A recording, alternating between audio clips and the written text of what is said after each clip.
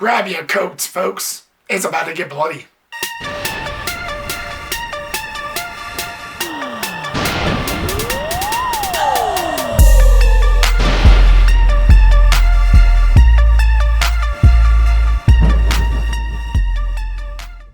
What's going on, guys, and welcome back to my Evil Dead film series review. We are finally at the newest chapter, the 5th chapter, Evil Dead Rise. I have reviewed all up to this point, so if you've not checked those out yet, they're in the description below. I've reviewed all up to this point, so check those out when you can, followed by a ranking soon. So be on the lookout for that as well.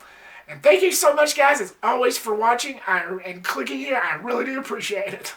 Let's get this party started, shall we? So the film follows this family who's living in this apartment complex whose mother is possessed by an evil force after they find an evil book which forces them to survive the night. To be honest, after the major critical and financial success, well, more financially than anything, I am surprised they never did a sequel to that 2013 Fede Alvarez directed film.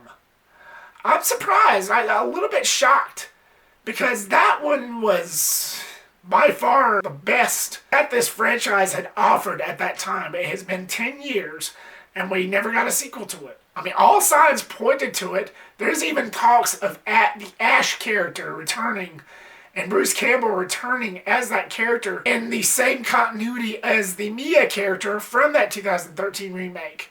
Which would have been cool, but then the show started, which was actually also pretty cool. It was a good show, Ash vs. Evil Dead. But then the studio started dragging their ass and dragging their heels. And then by the time this film came around, Bruce Campbell decided to retire to the character. Missed it. Damn it. And I'll blame the studio. But it would have been cool. It would have been a cool concept. I'll blame the studio and their jackass ways. Slow ways. You suck, you jackass. God, it's starting to look more and more where the term money talks doesn't really quite work anymore. However, setting that aside, Evil Dead Rise, not that bad. Not that bad at all. Was it as entertaining as the remake? Was it as emotionally driven? Did it give me that massively huge emotional roller coaster that remake did? No, but a very small no. Because again, the new Evil Dead wasn't bad at all. It didn't triumph over that 2013 remake, but it was still good in its own way. I can honestly say that this film and the 2013 remake, neck and neck.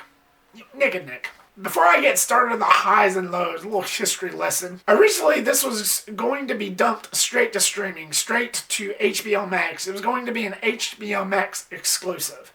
But after the really good critical reception of the film, the studios decided to, let's just go do a theatrical release. And I'm grateful for that, because everybody knows how much of a theater nut I am. I would have watched it regardless, because I do have HBO Max, but the theater experience makes it so much better.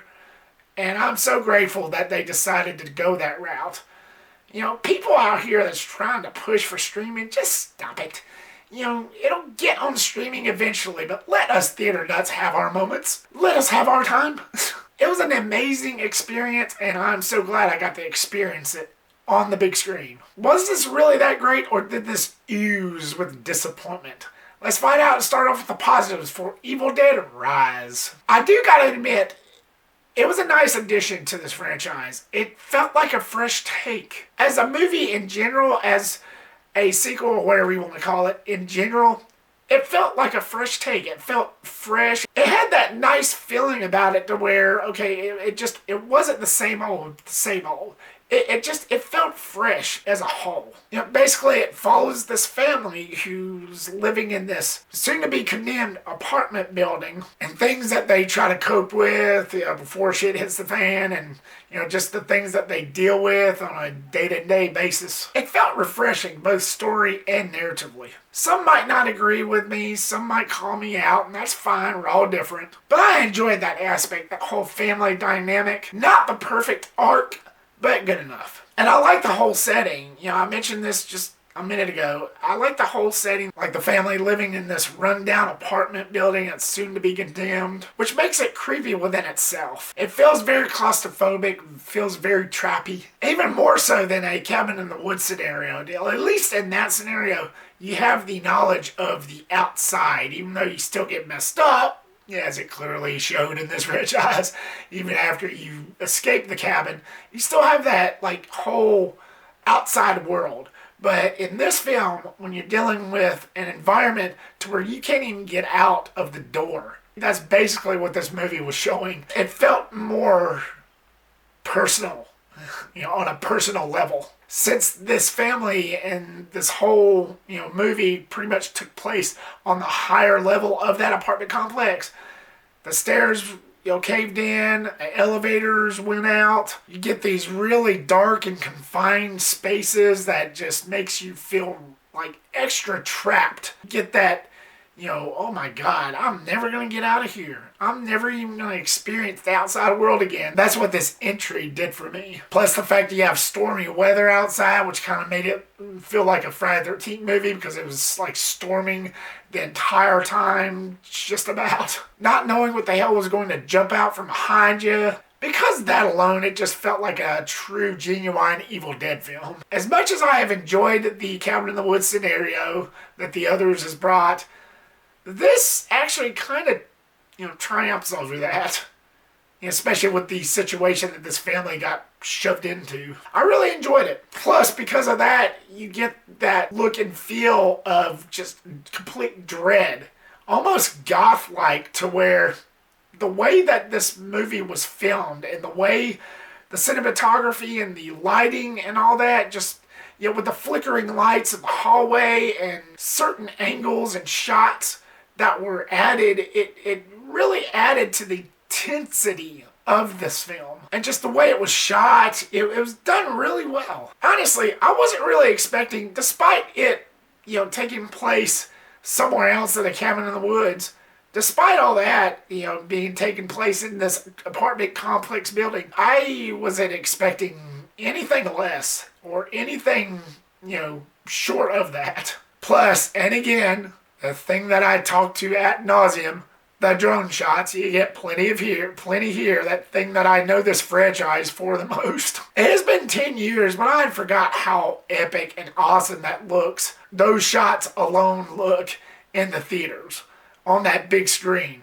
I mean, again, and going back to what I said, watching this in theaters, it was an amazing experience. I'm so glad that they chose to release this theatrically, because those drone shots alone on that big screen looked so freaking epic and so freaking awesome. Now I gotta talk about Alyssa Sutherland, who played Ellie, the main villain, the main antagonist of the film. She was great. She was fantastic. There are somewhat downfalls with her character arc, which I'll get into later on, but as this evil entity, when she gets possessed and everything goes down, it was awesome. She pretty much stole the show for me as our main baddie. She played it with such enjoyment that I couldn't help enjoy her enjoyment. The way she would pace herself, the way she perceived herself, the way she captured the very essence of this evil entity was really cool. And she definitely knew what she was doing. She definitely put her heart and soul into this, pun intended. Her line deliveries was spot on with her "open up now."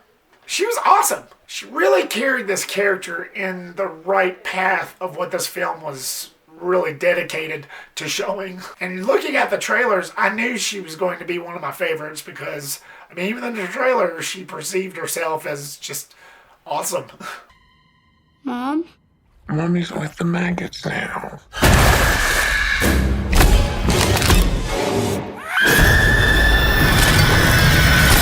Then you get Lily Sullivan, who plays Beth, our main girl, our final girl. She plays a pretty pivotal part in the film. She plays the sister of the woman that's possessed, that becomes our main baddie. She has a very compelling story arc, character arc, which basically drives her to come to terms with motherhood and to be like a secondary mother to these children and, to be the protector, the main reason why, some of them live. That sort of like foreshadows her pending motherhood as an up-and-coming mother.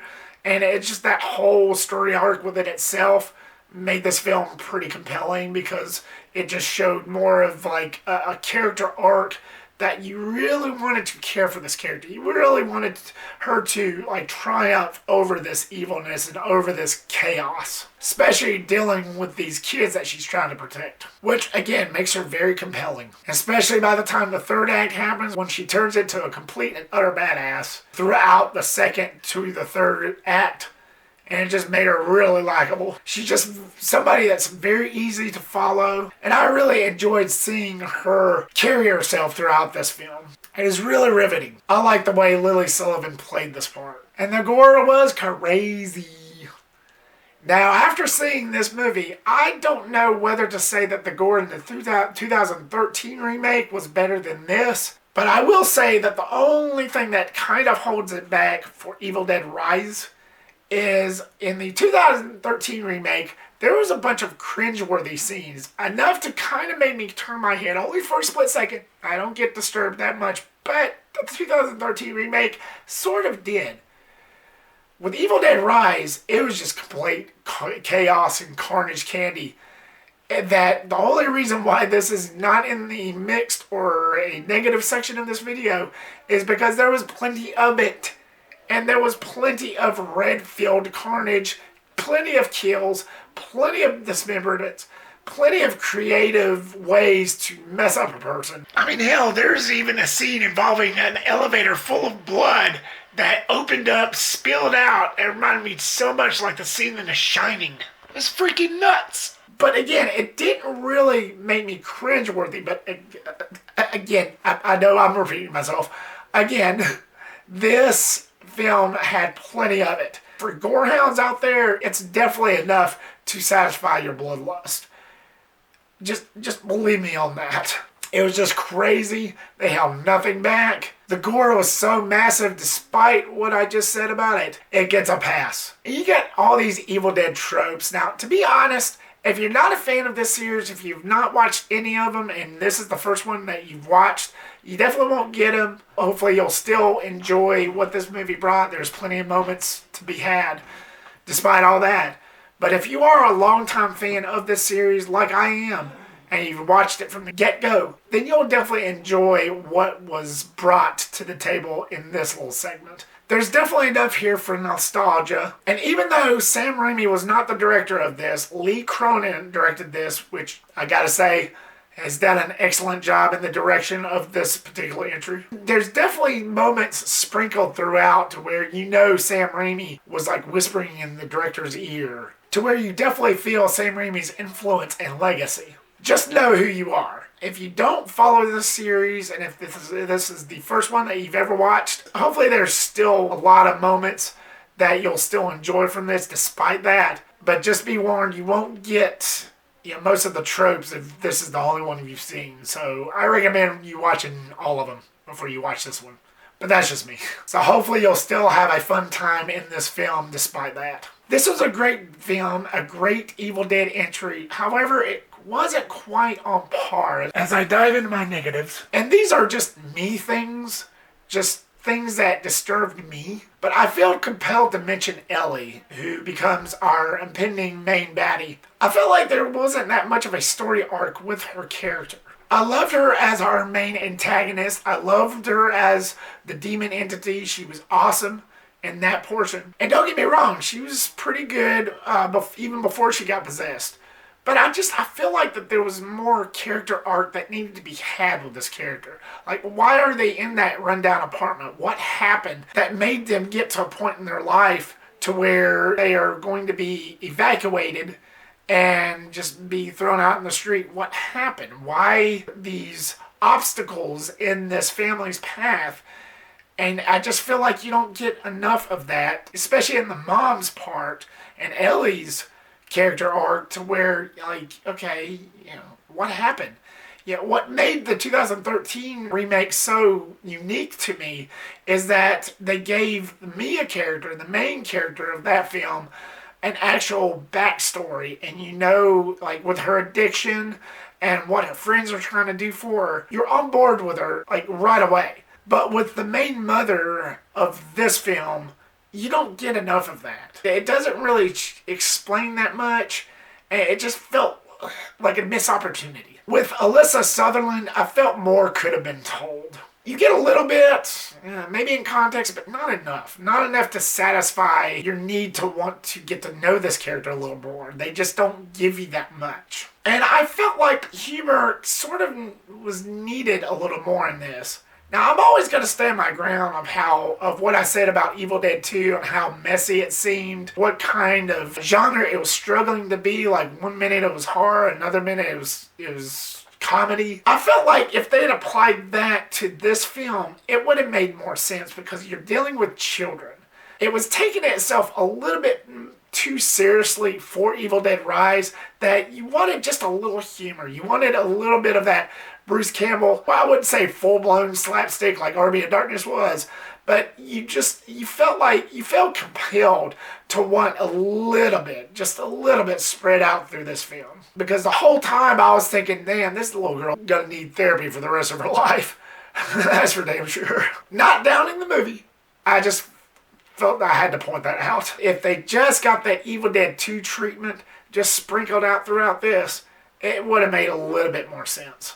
And last but not least, there's a whole beginning and ending scene that I felt narratively had no place in it. Almost to the point where I could have seen it go a different way completely. Without spoiling anything, I just felt like it didn't really outweigh the means of what the rest of the movie was trying to say, or was. And I just felt like it didn't really have that much of a place. And it just felt kind of redundant. Just so you could have like one of those epic Evil Dead titles come up, it could have been done a little bit differently. It would have made more sense to where it actually would have fit narratively in the middle part of this when the actual movie was going on. I just felt like that whole thing with the beginning and the end, not so much. They could have just done something differently. I mean, they literally say when the actual movie starts what time of the continuity that this movie was taking place when the actual story was starting after that first act. Like I said, they could have gone a different way with that. But again, that's just me. I just felt like it had nothing narratively to say about the rest of the movie, so it's like that could have been cut out and replaced. But again, that's just me. But setting all that aside, this was another well-done Evil Dead entry that hit all the right spots for the most part. It's a happy accident. Evil Dead Rise, what was your thoughts on it? Have you seen it yet? Are you a fan of this entry or of this franchise as a whole? Do you have a favorite entry in this franchise? What is your favorite entry of this franchise? Or is this franchise not for you? Is this something you'd rather pass on completely? Leave me a comment down below and give me your thoughts. Thank you so much, guys, once again for watching this. I really do appreciate it. Like, subscribe, comment, and share. And make sure to click that bell icon so you don't miss a thing. And I will see you on the next one.